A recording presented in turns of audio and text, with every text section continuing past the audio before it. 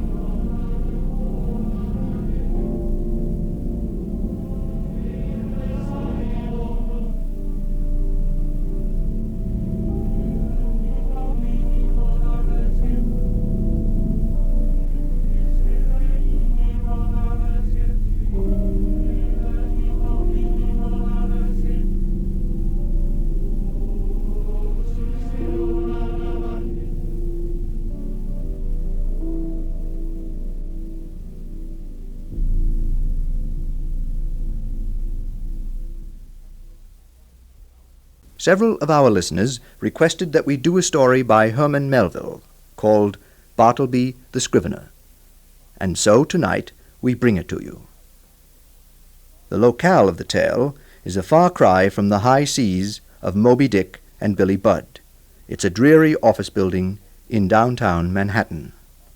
The hero, Bartleby, should be of timely and appropriate interest to some of our Berkeley student listeners, for he is one of the most outstanding and extreme instances in literature of sit-in, passive resistance. Here now is Bartleby the Scrivener by Herman Melville.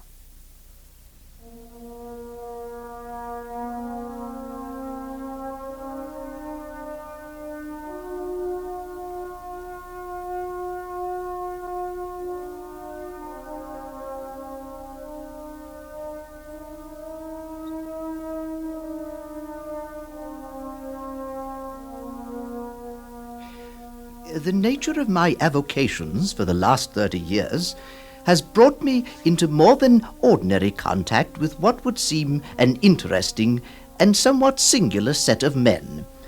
I mean the law copyists, or scriveners.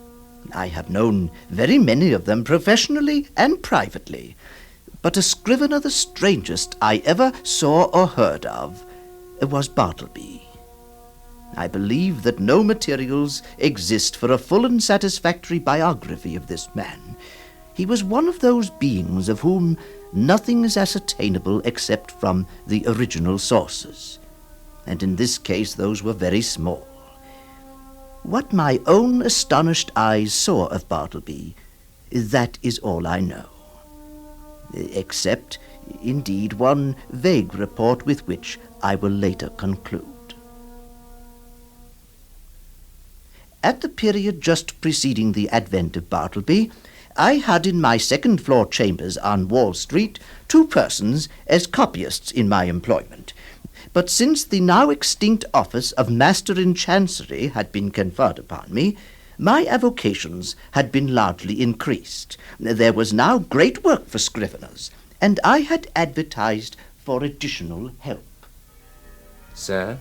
Mr. Nippers, what is it? The young man is here. What young man? Who answered your advertisement? Oh, yes, where is he? There in the doorway, sir. Oh, yes, thank you, Nippers. Yes, sir. I can see that figure now. Pallidly neat, pitiably respectable, incurably forlorn. My name is Bartleby. Come in. Come right in. I sent my statement of qualification. Yes, I have it here, and very satisfactory, very satisfactory. I'm prepared to begin work immediately. Well, it's mid-morning now. Suppose we start right after noon lunch, eh? I would prefer to begin work immediately, if I may be shown my desk. Well, very well. As you see, the office is divided by the glass folding doors over here. My scriveners occupy the other half. But I need someone within easy call. So, Bartleby, you will occupy the desk here, and we will separate yours from mine by this folding screen. You see, I've placed your desk close up to that small side window. It affords no view at all, I'm afraid, except the brick wall across the shaft. But some light comes down. Well, what do you think? The arrangement will be entirely satisfactory. Well, I think so. The screen will isolate you enough for privacy, but still within my voice. Mr. Nippers, will you come here and bring a portion of the testimony? We're in the midst of an important suit at the moment. I'll start you off with a portion of that. We'll need it in triplicate. Later we can check your copies and Nippers all together. Nippers, this is Bartleby. How do you do, Bartleby? Nippers will be more than pleased with the relief of your assistance, Bartleby. He's been working well beyond his share lately. Have you the testimony, Nippers? Yes, here, sir. Thank you, Nippers. That will be all. Yes, sir.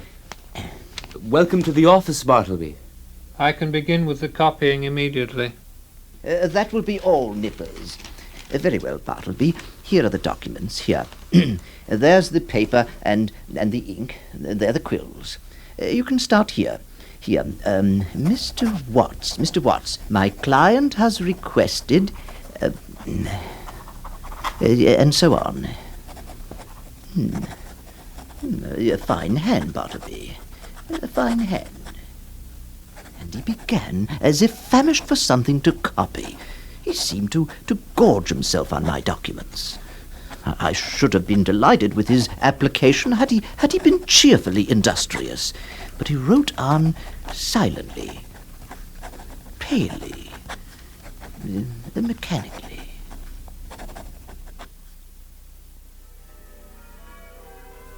On the third day of his being with us, Mr. Nippers had joined me to examine the triplicate copies, and I had called Bartleby to join us. But when he failed to appear from behind the screen, I became impatient. Bartleby, quick, we are waiting. What's wanted? The copies. We're going to examine them. Here is one for you. Now let's get started. Oh, the copies. I would prefer not to. Prefer not to? What do you mean? Are you moonstruck? I want you to help us to compare these copies. Yes, but I would prefer not to. Well, really? Bartleby, these are your own copies we are about to examine. It is labor-saving to you. One examination will answer for all three. It's common usage. Every copyist is bound to help examine his copies. Is that not so? Well, will you speak? Answer. I prefer not to. Well, I never heard. You are decided, then, not to comply with my request. A request made according to common usage and common sense. Yes, my decision is irreversible. Well, I never. Mr. Nippers, what do you think of this? Pardon my saying, sir, but I think I should kick him out of the office. I've never in my life. It's my opinion, sir, that the man is a little loony. Bartleby, listen here. Come forth and do your duty. I'm sorry. I prefer not to. I'd just march in there and chuck that loony out of the office. Yes. Well, we must examine the papers anyway. We'll have to do without him for the present. Stubborn oaf. Well, let's get started, Nippers. And I can tell you, sir, this is the first and last time I'll do another man's work without pay. All right, Nippers, let's get started. He's a good worker, nevertheless. I can't say he hasn't been useful to me. Very methodical. And just now, it's plain he intends no insolence. I say he's a loony.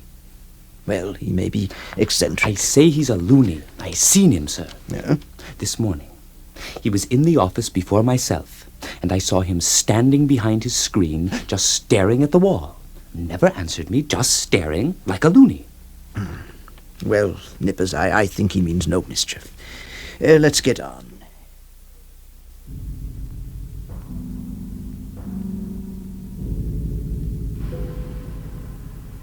This incident was, of course, only the beginning. but the tone of my struggle with Bartleby had been set. The battle and the war had been lost in that moment when my initial outrage had given way to second thought. It was his attitude that had stopped me. Not a wrinkle of agitation rippled him, not the least uneasiness, anger, impatience, or impertinence in his manner. Yes, sir. Bartleby, when those papers are all copied, I will compare them with you. I would prefer not to. What? Surely you do not mean to persist in that mulish vagary.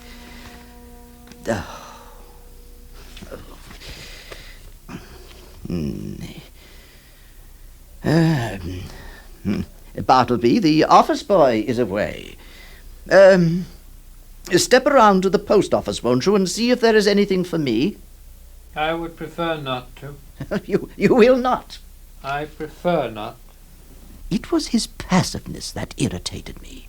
Nothing so aggravates an earnest person as a passive resistance. I felt strangely goaded on to encounter him in ever new oppositions. Bartleby. Bartleby. Yes, sir. Go to the next room and tell Mr. Nippers to come to me. I prefer not to. Prefers not to. Very good. Very good, Bartleby. Very good, if you prefer not to. Very good indeed. A wonderful business. Just really wonderful. I have a young scrivener occupying a desk in my own office. Copies for me at the usual rate of 4 cents 100 words, but permanently exempt from examining the work done by himself. Moreover, he is never on any account to be dispatched on the most trivial errand of any sort. And even if entreated to take upon him such a matter, it is generally understood that he will prefer not to. Yes, very good, Bartleby. Very good indeed. Very good indeed. Bartleby! Yes, sir. Help me with this package. I want you to put your finger on the knot here so that I can tie it. Do you hear me? Do you hear me? Yes, I hear you. Well?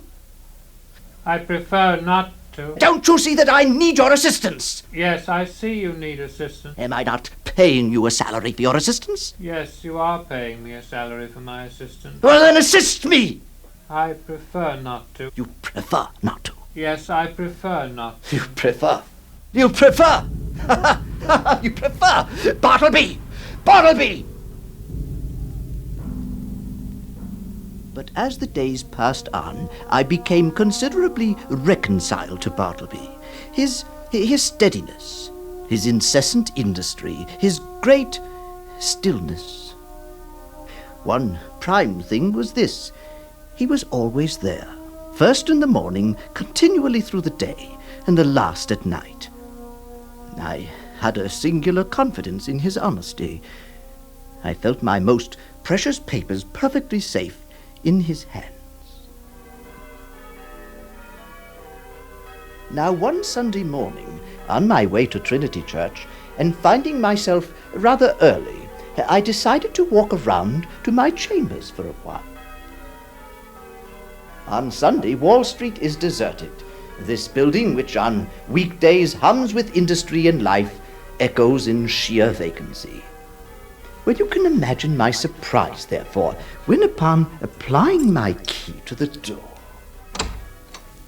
itself opened, and Bartleby, what in the world are you doing at the office on a Sunday morning? And in your shirt sleeves? I'm sorry, but I'm deeply engaged just now. I prefer not admitting you at present. What? Bartleby! My own office! Well, we shall see. But when I entered, he had retreated behind his screen.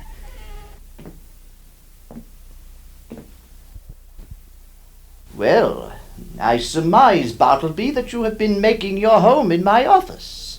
I would have preferred that you do not enter the office at present. If you walk around the block 2 or 3 times, I will probably by that time have concluded my affair. I am not angry, Bartleby. Won't you please come out from behind your screen? I prefer not to at present. I'm not angry. I don't know what to think about this. How can you sleep on that rickety old sofa? There are no mirrors or utensils. How can you dress or eat properly? Is your poverty so great, Bartleby? Bartleby. It's this place itself, all night, all Sunday. It's depressing, forlorn. And here you make your home. What miserable friendlessness and loneliness. What a horrible solitude. Bartleby, will you come here? I'm not going to ask you to do anything you would prefer not to do. I simply wish to speak to you. Will you tell me, Bartleby, where you were born? I would prefer not to. Will you tell me anything about yourself? I would prefer not to. But what reasonable objection can you have to speak to me? I feel friendly towards you. And what is your answer, Bartleby? At present I prefer to give no answer. Well then, never mind about revealing your history, but let me entreat you, as a friend, to comply as far as may be with the usages of this office. Say now that you will help to examine papers tomorrow, or the next day. In short, say now that in a day or two you will begin to be a little reasonable. Say so, Bartleby. At present I would prefer not to be a little reasonable. Bartleby, you mustn't stay here. Have you no friends or relatives? No one? What a strange fellow you are. Never speaks but to answer. I've never seen you read anything but my dreary documents. Not a newspaper. What do you eat? I see some shells here. Ginger nuts. Is that what you eat? Bartleby, come out from behind that screen. What are you doing there? Just staring out that window. Just standing motionless and staring out that window at the stone wall across the shaft. Bartleby, this is too depressing. Come away from there. I prefer not to.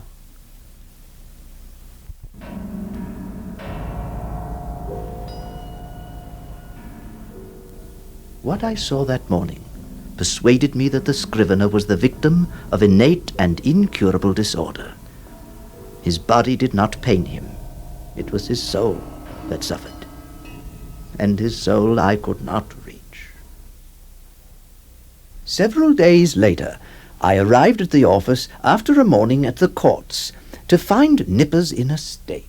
I'd prefer him, if you don't mind my saying, sir. I'd give him preferences. What's the matter, Nippers? Well, his lordship prefers to do no copying today. What? I brought the transcripts to him as usual, but as you can see, he prefers to stand at his window in his dead-wall reverie.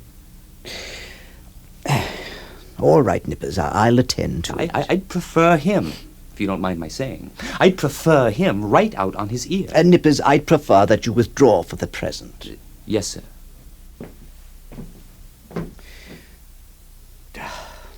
What next, Bartleby?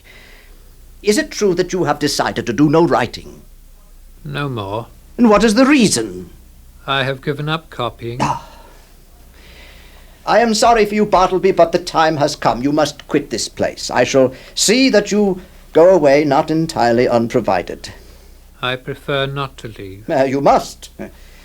See, I owe you $12 on account. Here are 32. The odd 20 are yours. Well, will you take it? I prefer not to. I will leave the money here on your desk. I must return to the courts now. When I arrive here tomorrow morning, I will expect that you will have left the premises. But of course he preferred not to leave. I arrived early the next morning, fully expecting what was to be. But my temper erupted when I found the door locked from the inside.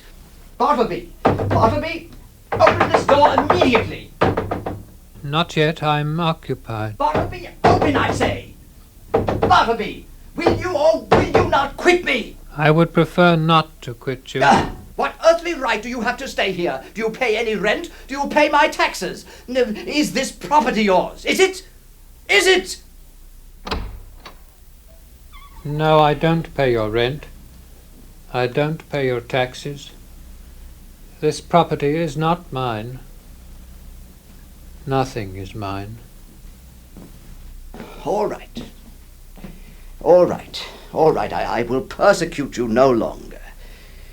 Ah, perhaps this is my mission in the world, the purpose of my life, to furnish you with office room for such period as you may see fit to remain. Well, I could be content with that, Bartleby. Others may have loftier missions. You at least are harmless, noiseless, and I never feel so private as when I know you are here. There are other things, Bartleby.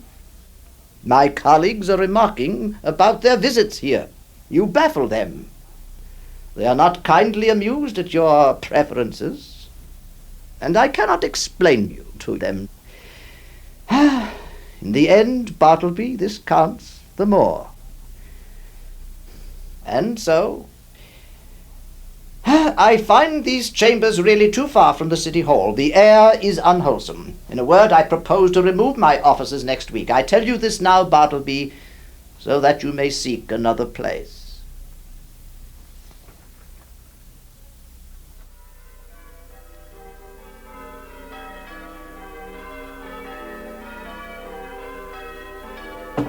Careful with the filing cabinet.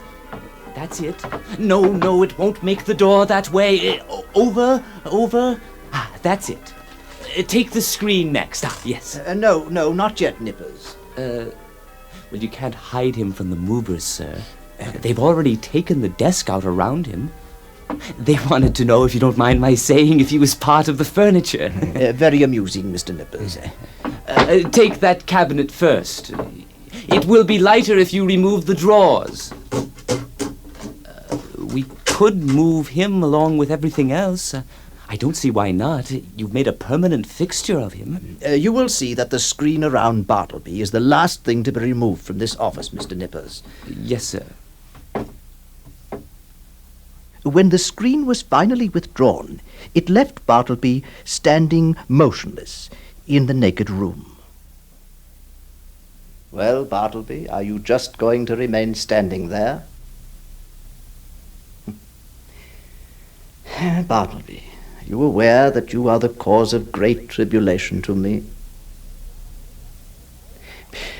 Well, now, one of two things must take place. Either you must do something, or something must be done to you. Would you like to re-engage in copying for someone? No, I would prefer not to make any change. Would you like a clerkship in a dry goods store? There's too much confinement about that. Yeah? No, I wouldn't like a clerkship, but I'm not particular. Too much confinement. Why, you keep yourself confined all the time. I would prefer not to take a clerkship. How would a bartender's business suit you? I wouldn't like that at all. Though, as I said before, I'm not particular. Well then, would you like to travel through the country collecting bills for merchants? That would improve your health. I'm not particular about my health. You could be a traveling companion. You could tour Europe with some young gentleman, entertaining him with your conversation. How would that suit you? Not at all. It doesn't strike me that there's anything definite about that. I like to be stationary, but I'm not particular. Stationary. Stationary. Bartleby, will you come home with me now? Not to my office, but to my dwelling. Remain there until we can conclude upon some convenient arrangement for you. No. At present, I would prefer not to make any change at all. Well,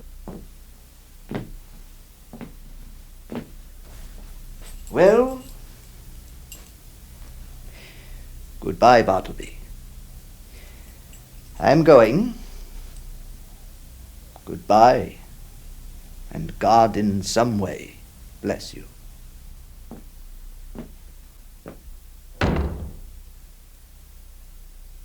I was convinced that I had done all that I possibly could to benefit Bartleby and shield him from persecution. Now I decided to put the matter completely out of mind. Several irate notes from the landlord of my previous offices followed in quick succession, which I ignored. The final one was, of course, inevitable.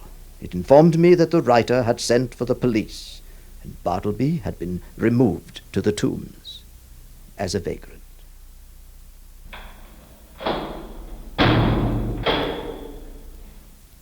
Oh, yes. The gentleman you describe is here with us. I'm here to assure you that he's a perfectly honest man. However eccentric he may appear, he is altogether harmless.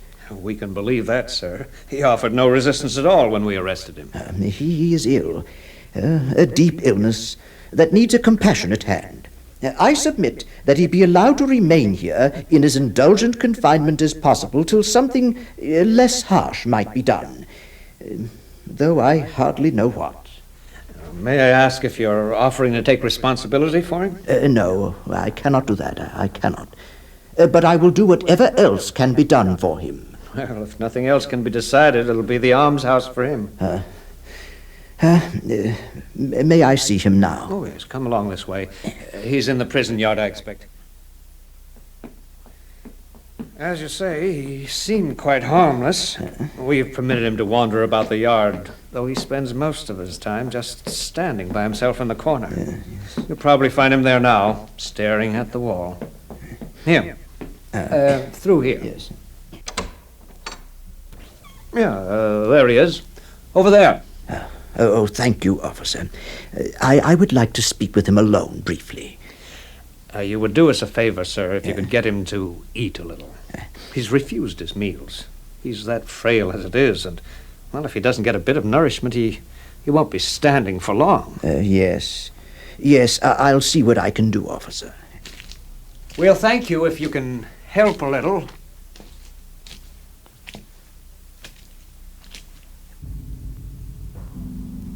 Bartleby? Bartleby, won't you turn around and speak to me? I know you, and I want nothing to say to you. It was not I that brought you here, Bartleby. And to you this should not be so vile a place. Nothing reproachful attaches to you by being here. And see, it is not so sad a place as one might think. Look, there is the sky. And here is the grass. I know where I am. Bartleby, the officer says you refuse to eat. Now, there's no reason to that. You must get some nourishment. I prefer not to dine. It would disagree with me. I'm unused to dinners. Bartleby, why do you do this? Why? I prefer...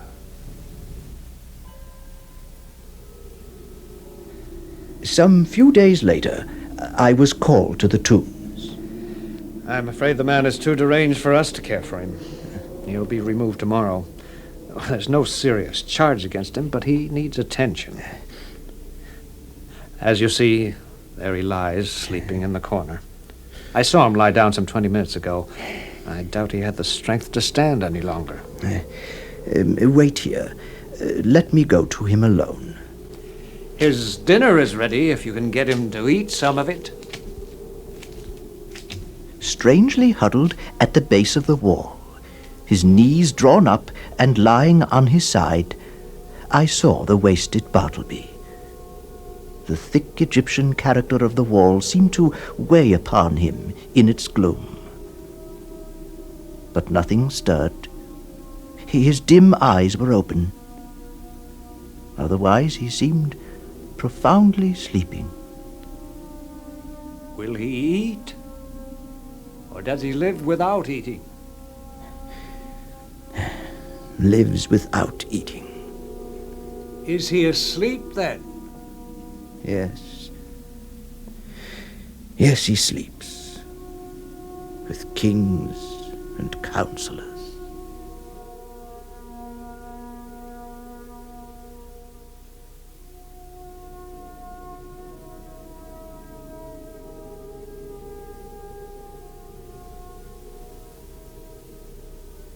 There would seem to be little need to proceed further in this history, To those of you who are curious as to who Bartleby was, and what manner of life he led prior to the acquaintance I have narrated, I can only reply that in such curiosity I fully share, but am wholly unable to gratify it. There is, however, one vague report which has not been without a certain strange suggestive interest to me. The report was that Bartleby had been a subordinate clerk in the dead letter office at Washington, from which he had been suddenly removed by a change in the administration. When I think over this rumor, I cannot adequately express the emotions which seize me. Dead letters. Does it not sound like dead men? Conceive a man, by nature and misfortune prone to a pallid hopelessness. Can any business seem more fitted to heighten it than that of continually handling these dead letters and assorting them for the flames? By the cartload they are annually burned. Sometimes from out the folded paper the pale clerk takes a ring. The finger it was meant for perhaps moulders in the grave. A banknote sent in swiftest charity. He whom it would relieve nor eats nor hungers any more. Pardon for those who died despairing. Hope for those who died unhoping. Good tidings for those who died stifled by unrelieved calamities. On errands of life, these letters speed to death.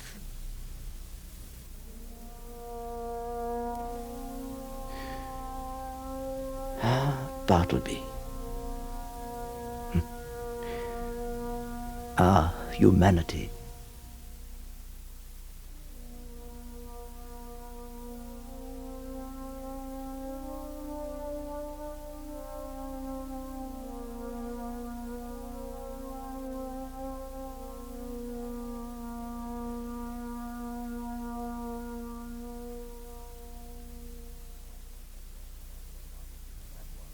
That was Bartleby the Scrivener by Herman Melville. The technical production was by John Whiting. The music was taken with certain liberties and kind permission by its composer from a composition by Douglas Leedy, and augmented with sounds from another composition by Lou Harrison.